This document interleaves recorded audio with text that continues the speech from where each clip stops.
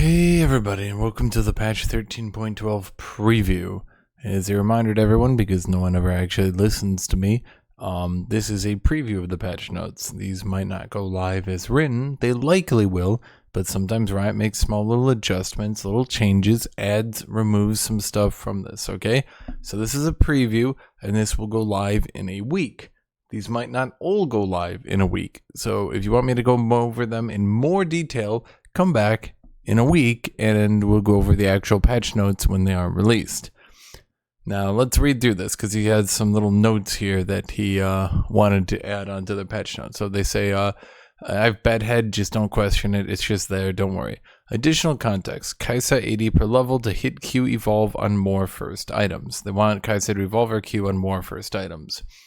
Rise E speed aims to fix some cases where E melee Q doesn't spread. Weird, but okay. Gragas passive cooldown aims to hit some early sustain and broaden even losing matchups. More melee damage trade-offs in exchange for survivability and range. Zeri nerfs to be less bound to enchanters. Triforce is making her spike too hard on one item. Given her scaling, if she's weak, we'll follow up, but she's been strong for a while.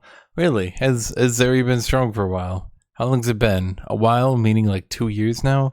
Probably not a big deal. If she's weak, we'll follow up, but she's been, Q is on a fine line between spell and an attack replacement, and we're supporting it as an attack. Really? You're telling me the ranged champion shouldn't be able to proc Sheen on every auto attack? That's a bit weird, but if you think so, you're the doctor. Lucian changes to be viable with more partners. Well, he should only have one partner, Senna. Okay, I don't think he cheats. And a nerf to compensate. Okay. Rumble changes to extend his combat pattern and make him better against more durable targets. With a lot more red buffs active in each game, we're bringing the power down slightly. Yeah, I think being slowed permanently because each team has 2 red buffs might be a bad idea, and taking that much true damage sure does prove to be a bit frustrating. But let's go look into these notes more in particular. Let me zoom ski in here so we can get a good look at them. Okay, let's even do that. So first up, we have Ashe. The Riot has decided to buff Ashe. Oh, as a reminder to everyone, make sure to like, make sure to leave a comment on your thoughts, make sure to subscribe to the channel. Okay, interaction helps all of us. All of us will be helped with some more interaction. You guys can always get some interesting conversations down in those YouTube comments. Ashe, Frost Shot, bonus damage increased from 115 to 120%. Bad idea. Damage multipliers are really bad for the game, in my opinion, particularly in a class that functions entirely as a damage multiplier. A problem that I have with that is after playing Diablo, damage multipliers tend to go a bit crazy. So, I think there might be other ways to make Ashe more viable, including, what if you just made her like a tiny bit tankier? Like, just a tiny bit tankier, right? Like, I'm not saying a lot, but like a little bit, right? I think that might go a long way to helping her. Volley base damage increased they're increasing the damage of volley back again, up 10. And then Enchanted Crystal Arrow, her ultimate, he's gaining 20% AP ratio. I'm not sure why they did that at all, to be honest with you. Weren't we just in an Ashe support meta? Why would they buff something that deliberately targets and buffs Ashe support? I don't know, but okay, we're just gonna go with it. Overall, yeah, I mean, pretty good changes across the board. Not sure Ashe needs it. She's an annoying old champion, but okay. Gangplank is gonna get his barrel cooldown reverted back to where it used to be. It used to be 18 to 14. They nerfed it to 18 flat because he always went Navari. Now they're going to buff it back up to 18 to 14. Pretty reasonable, assuming he isn't going Navari, but if he is, that's a bit silly. Additionally, I'm not sure we really needed to buff Gangplank, but okay. Kai'Sa's 80 per level is going up, which Riot assures us is only to help her, wait, 0.6 though. That's a lot. Wait, Riot, 0.6 damage per level on an AD is a lot. That's like 10 damage at level 18. Jinx got nerfed by like 3, and that lowered her win rate by like 0.5. Because AD carries tend to have a lot of damage modifiers. I'm not sure about this one. This one seems like quite a poor decision, quite a terrible decision, quite an awful decision, in fact. I regret ever reading these patch notes now that I've realized the horror that lies beyond. I have seen the tentacled beast that is Kaisa buffs, and I wish to unsee it, but I cannot, for it has imprinted itself in my mind. Nasus is being buffed, his passive lifesteal is being increased, and his ult cooldown is going down. I don't think that's a good idea. The lifesteal increase, look, I'm all on board. Healing is fun, right? Healing on bruisers is always fun. We should be healing nonstop. I want more fights where we're actually healing more than we're doing damage. That would be fun for me. However, right, Nasus's cooldown on his ultimate is like one of the only things you can play around. He ults, you run away, and then you get time to fight him before he gets back to his ultimate. Nasus's ult lasts for 15 seconds, right? And at 50% cooldown reduction, that means a rank 3 Nasus, a level 16 Nasus, will have 40-second cooldown on his ultimate, meaning you will only have 25 seconds in between ultimates to kill him. Nasus's ult, boy, what does it do again? Magic damage AoE around him, and it gives him bonus armor, and it gives him bonus magic resist, and it gives him bonus range. Yeah, especially with that wither change you did, it's a bit frustrating, I think, annoying, in fact, to fight Nasus. So, yeah. Orianna's ultimate is getting AP ratio and damage on its rank 2 and 3. Once again, boy oh boy, I'm not sure, right? You're really thinking this one through. I think maybe a better solution, I know I keep suggesting this, a better solution would be to give Orianna her magic resist back so she doesn't instantly plummet into a hole if she ever gets hit by anything. Maybe touch up that base armor. For those of you who don't know, Orianna has 5 less magic resist than average because if her ball is on her, she gets 5 magic resist. So instead of going to bonus magic resist, she is squishier than normal without her ball on top of her, and then only normal tankiness with the ball on her. Also, her base armor is pretty bad. So maybe touch those up a little bit, I think, so that she can't just be assassinated and removed. One of the issues we've seen time and time again is anytime anyone picks an immobile mage like Orianna, people just pick LeBlanc or, you know, something like that, and they just run her down and massacre her. So I think it would be best for everyone involved if instead of just making Orianna a funny one-shot machine, which I know you're going to do this because you guys never listen to me, you never do, but I think it would be a good idea, it definitely would be a good idea if instead we made her a bit tankier because she is considerably squishy right now. Even for a mage, she is quite squishy, and because of that, she tends to struggle lately to be more viable. I mean, I think she's probably fine. She's just a little bit undertuned. Particularly, I think the 5 magic resist buff would help her out a lot. Ryze is getting his passive AP ratio increased back from when they nerfed it. Oh, God. So I just got a stroke. Ryze buffs. Then his EAP ratio is increased. And then his E-missile speed is increased. Okay, so that's not going to be fun. Who is this for, Riot? Satan? Did Satan decide to buff Ryze? Is that who? Did he call down to you guys? And I say Satan called down, like down, as in Riot is further down than hell. Because if they're in a position where they're actually buffing Ryze, they must be in super hell. Gragas's passive cooldown is going from 8 to 12. I actually don't agree with this entirely. I think it should be 12, 10, 8 at like level 1, level 7, and then like level 13. I think in late game, he should keep his passive like at the same cooldown so he can heal up and try to play around outside fights like he does now. I think obviously it's a bit frustrating early game and a bit, you know, overbearing early game. His body slam is also very overpowered, so maybe we should focus on that, you know, maybe a little bit. But, you know, I don't think we should be like hurting his late game. I think healing is fun, and I think it's fun to heal. And if I'm playing Gragas, I want my passive to be strong. You know, maybe it doesn't need to be strong early game, but definitely late game, maybe a little bit. Kha'Zix's base AD is going down by 3 from 63 to 60.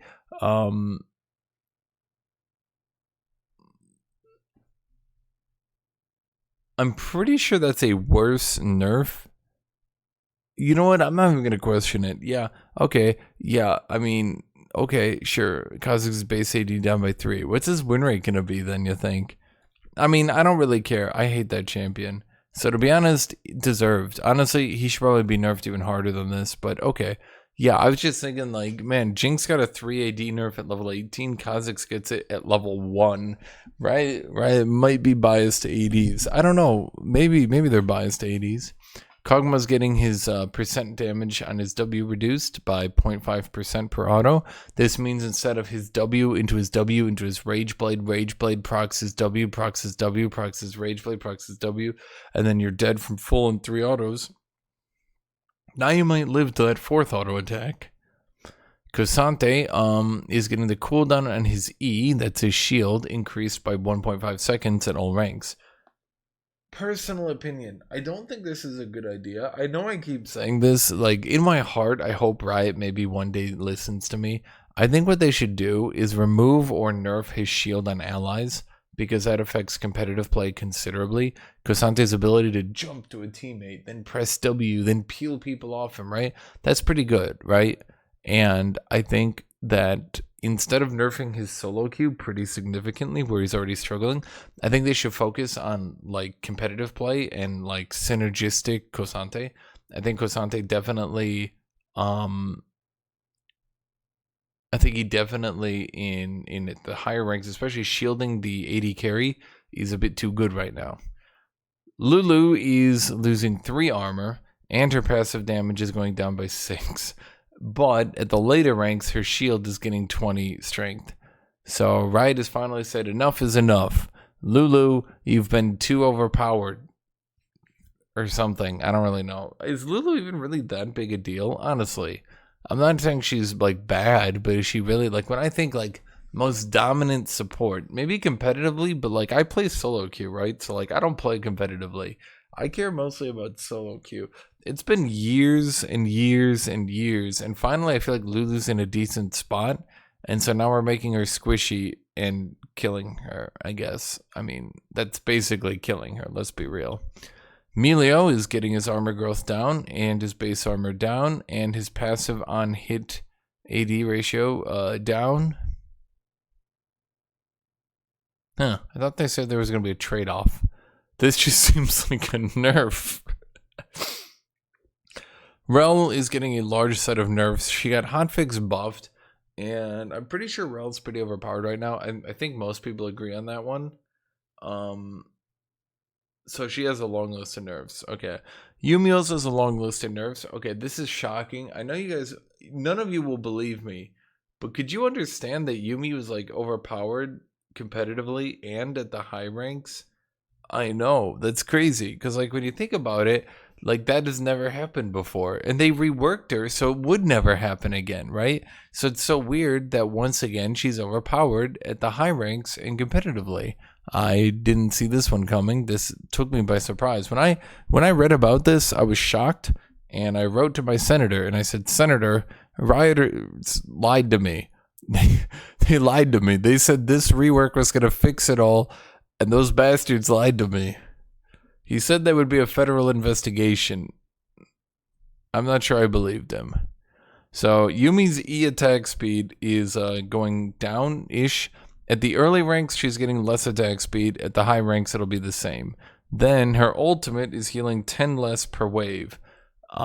Personally, Yuumi making every AD that she's attached to an unkillable super beast that speeds her on the battlefield while she chunks my entire health bar down.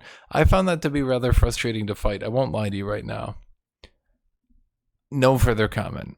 Zeri is getting her shield passive removed. So basically, when Riot designed Zeri, they couldn't stop. I don't think they could stop. To be blunt with you, I think they literally could not stop. They just kept adding more and more to her kit. So for those of you who don't know, Zeri has this quirky, weird mechanic where if she attacks someone with a shield, she gets part of the shield that she damaged for some reason. And then if she's shielded or she attacks someone with a shield, she gets movement speed. I don't know. It doesn't really seem to have any like part of her kit. Like literally none of her kit has any synergy or weird like it's this weird thing that just has been there since she launched. Like it's just this weird anti-shield mechanic that she's had. That like she just gets to permakite champions like Shen because she damages their shield, gets movement speed, or she gets a shield from a support and then she gets movement speed. It's just been there this whole time for some reason. Then her Q is no longer gonna proc Sheen, which is good. So good job, Riot, I guess. Here we are, like, God, how long has it been? Like 2 years? It feels like 2 years. If it hasn't been 2 years, I feel 2 years older since Zeri got added into the game. So finally, Riot is admit that they literally never playtest Zeri. They literally never loaded into a game and built Trinity on her. Then they launched her and said, oh my God, her Q can proc Trinity? Well, I'm sure that won't be an issue. Then it was an issue. And they said, that probably won't happen again. Then it happened again. And they said, look, 3 times, that would be ridiculous. She's getting a little bit of movement speed. Her base movement speed is going from 330 to 335. I think that's a little bit at the high end for where an AD is supposed to be, if you want me to be blunt. So I don't think that's actually a good idea. AD carries tend to have too much movement speed, period. But she is losing her shield movement speed from her passive. But I just think AD carries are like too fast, period, right now. All these ADs going Gale Force and then they get to outrun everyone. It's really irritating. Like, it's actually really irritating fighting a class that runs and zooms around like that. Especially with their DPS and then their enchanter chain buffing them, making them tanky. It's like, ugh. Then her E damage is going from 0 to 65 to 0 to 85. So she'll have a little bit more damage, but no more shield passive, no more Q procking Sheen, and a little bit more spin passive. So yeah, I got this Lucian thing. It's really long, but let me read you the gist of it, okay? Basically, it no longer procs Lucian's, like, basically whenever Lucian was shielded or buffed by an ally, he would get 2 attacks of bonus magic damage. That's being changed. He gets less damage, but he gets 2 extra attacks of bonus magic damage when an enemy is immobilized, in addition to when he's buffed or healed or shielded by an ally. So that means if Leona E's onto an enemy, then Qs them, he'll get 4 bonus attacks. If someone shields and heals him, he still gets bonus attacks. But the amount of damage he gets from it is going down. The idea is shocking. I know. Many of you are shocked by this. I'm shocked too. Making Lucian hyper synergistic with enchanters has definitely not been good for his gameplay. It has broken the champion repeatedly. And Riot has said to themselves, they said, look, should this champion really be broken? And everyone responded, probably not. And Riot said, we're going to need another 2 years to figure it out. So 2 years later, they came back to us and they said, no, actually, maybe Lucian shouldn't be broken. And everyone, exasperated and tired, said, you think? Okay, I'm gonna ignore all these Rumble changes and I'm gonna give you the gist of it. Rumble will absolutely shit on top lane and be literally no fun. Everyone will hate him. I promise you. Everyone is going to hate him so much. He is going to break the game and everyone will die. That's my thoughts. Because Riot doesn't seem to understand. A champion who just repeatedly tries to overheat then one-shot you is no fun. And it's particularly no fun when he just shits on you early game, then falls off. So Riot's solution is to make him shit on you even harder early game. That's it. End statement.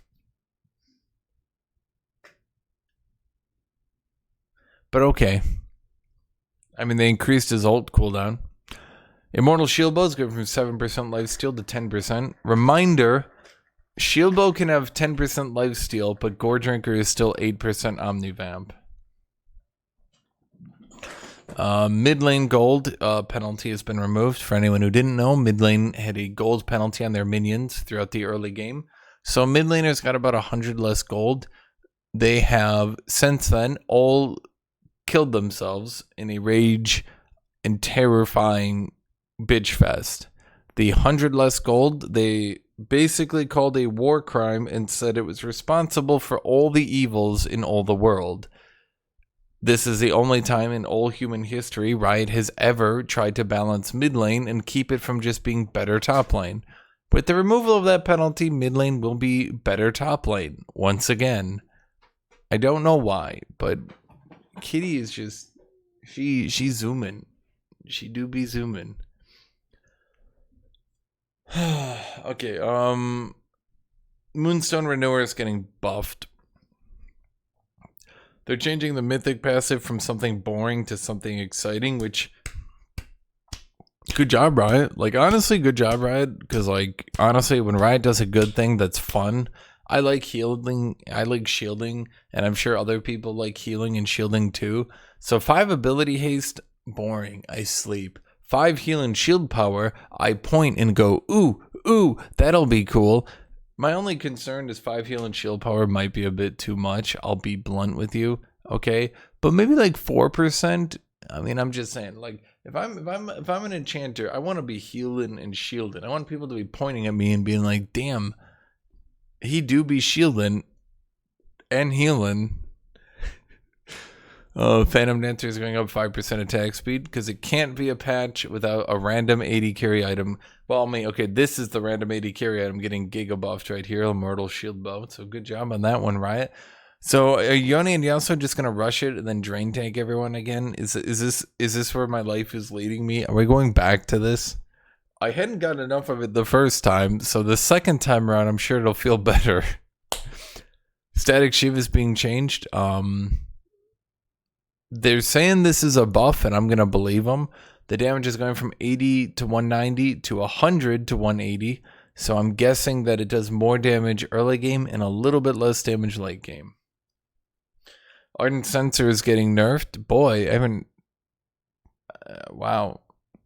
2 patches of Ardent Sensor getting nerfed? And I'm having deja vu right now. What year is it? The amount of on-hit damage is being flattened from 15 to 30 to 15 flat. What year is it? I've seen this nerf before. Bloodthirster is getting nerfed. The price is going from 3,200 to 3,400. Shockingly, 80 carry players tend to be the dumbest motherfuckers on the planet. They all said that Bloodthirster was basically unusable. It would take you too long in the game for it to scale up. Being the dumb pieces of shit they are, they forgot that you don't need to buy it first. Actually, it doesn't need to be your first item. Shocking, I know. Gale Force is being nerfed again. I'm shocked by this one too. Apparently a first item or second item that gives you a shitload of damage and attack speed and crit and a huge execute and movement speed and a gap closer. Some people found that a bit overbearing. End statement. They're also changing it so it no longer scales on crit. It now scales on bonus AD. Yone and Yasuo capping that out at 2 items and just gale forcing into people and one-shotting them was considered a dick move by Riot. Imperial Mandate is being nerfed. The damage is going down on both procs. Then the movement speed... Oh no, the movement speed is going up. So Imperial Mandate will get more movement speed, but the damage is going down.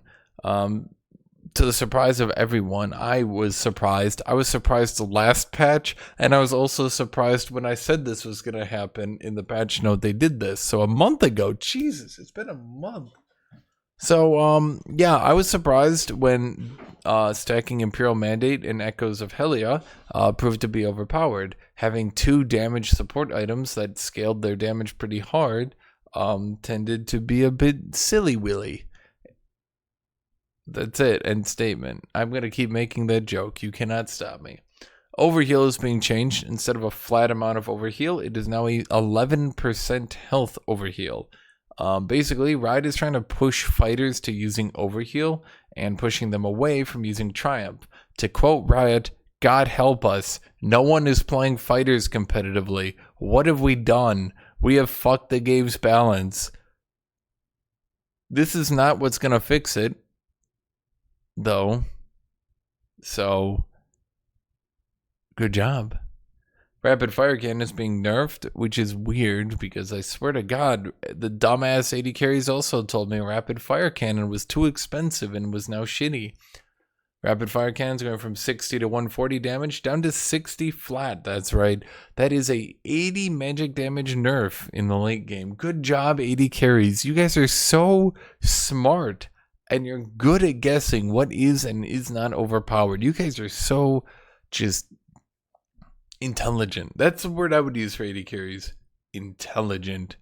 As we mentioned, red buff is being nerfed, the slow is being reduced late game, the health regen is being reduced late game, and the damage is being nerfed late game considerably. At level 18, red buff will go from 114 true damage to 78 true damage. That's right. What is that? That's 36 damage nerf late game. Probably not the biggest deal, but okay. Then they're adjusting Duskblade with Katarina and Samira's ultimate. And that is patch 13.12. I probably got through this a little bit faster than I probably should have. Maybe I should have gone into these changes in more detail. But it is 4 a.m. for me. I put this off to pretty late. I'll be honest with you. I probably shouldn't have put this off for so late. But here I am, tired, and reading through these all and hoping to entertain you all. I hope this length of this video satisfies you. This is all I've got, okay? It's late. And I just can't keep it up for long. So I hope you all enjoyed watching this. I, as always, enjoy making these videos for you guys. So leave me a like if you like it. And if you don't like it, leave me an angry comment on any of my thoughts here. If you're an AD carry main, leave me a little note saying, I main AD carry. I want you tracked. I'm putting you in a database. As always, thank you to my Patreon supporters. Thank you to my YouTube members. Thank you to my Kick subscribers. Thank you to everybody. You're all great people. Thank you all, and I hope you have a great rest of your day. Goodbye, everybody.